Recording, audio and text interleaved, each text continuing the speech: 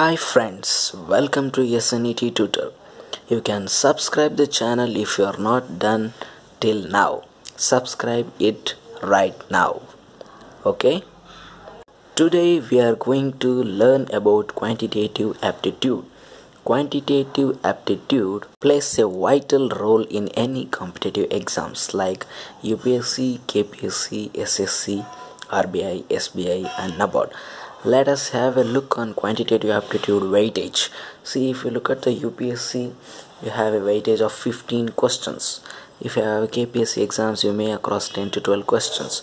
If you are looking at SSC, you may get 15 to 20 questions. In RBI, it's exactly 20 questions, and SBI you may arise 20 questions, and NABARD also you can expect 20 questions. Aptitude is one way to fetch good marks. See, here you can know that quantitative aptitude is have many streams. See, here you have problems on trains, you may across time, and it has time and work problems, profit and loss, and allegation or mixtures. It has many streams. Today let us discuss about problems on trains. Okay, let us discuss about problems on trains. Important formulas are initial basic things to know before solving the train problems is, see, if we have here it is a kilometer per hour. A means which is a variable. See, it can be any number 1 2 3 4, any kilometer per hour. If it is in a kilometer per hour, you have to convert into meter per second.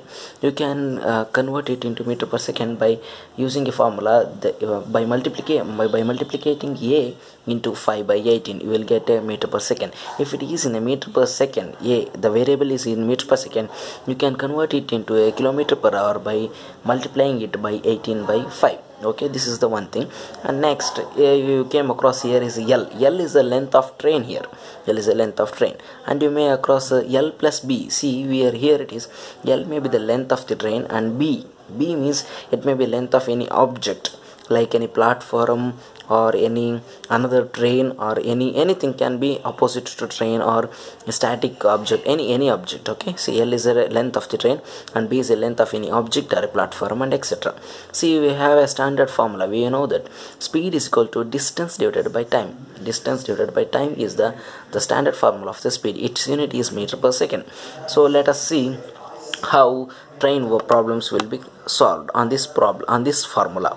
We came to know that speed is equal to distance by time. See, let us see, if a train having a speed u meter per second, we know that the unit is meter per second, and another train having a v meter per second, then the relative speed in the same direction, if it is in the same direction, see, if it is in the same direction, then it will be u minus v meter per second. Then it will be u minus v meter per second.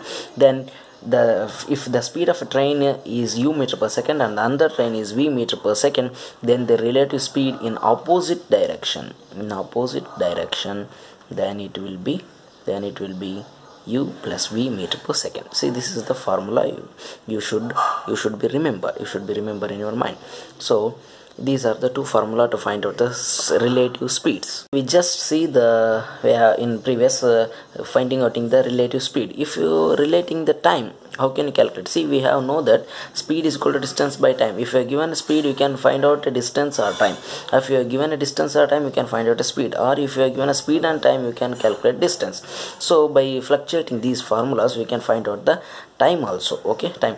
If two trains of a length a and b meters moving in the opposite direction with u meter per second and v meter per second, then time taken is equal to a plus b divided by u plus v seconds. This is in opposite direction. Two trains of length a and b meters with speed u meters and v meters in the same direction, then time taken is a plus b divided by u minus v seconds. These are the important formulas you should know. Based on these formulas, let us solve some problems. See, let's have a first look at a first problem.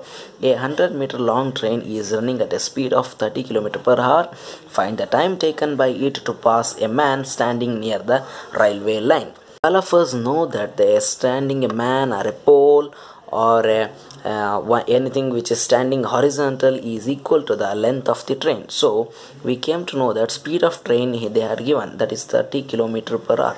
That is kilometer per hour, which is we are converting it into a meter. Why? Because the length of train is in meters, so we are converting it into meters. We have formula 30 into 5 by 18, that will gives 25 by 3. See, 6 3s are and 6 5s are 5 5s are 25, and the remaining is 3. 25 by 3 is a meter per second.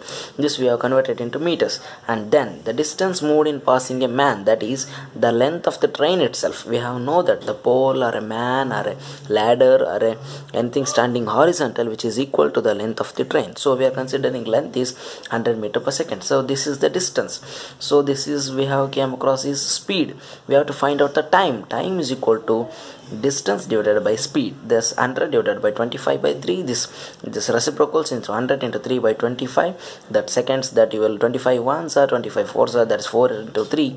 4 multiply 3, you will get 12 seconds. This is the problem. This is answer. You will get this problem. Have a look at on a second problem. A 160 meter long train crosses a 160 meter long platform in 16 seconds. Find the speed of the train. We know that the two, if you are given any train and plus any object or a platform, you will get L plus B. We have done in the formula section.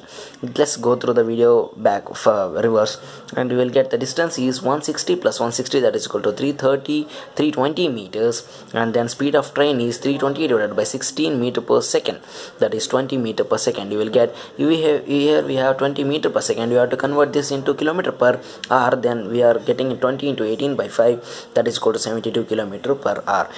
This is the problem how to solve. This is how you have to solve the train problems. Okay, for better understanding, you just go through the video once again. Thank you for subscribing SNET.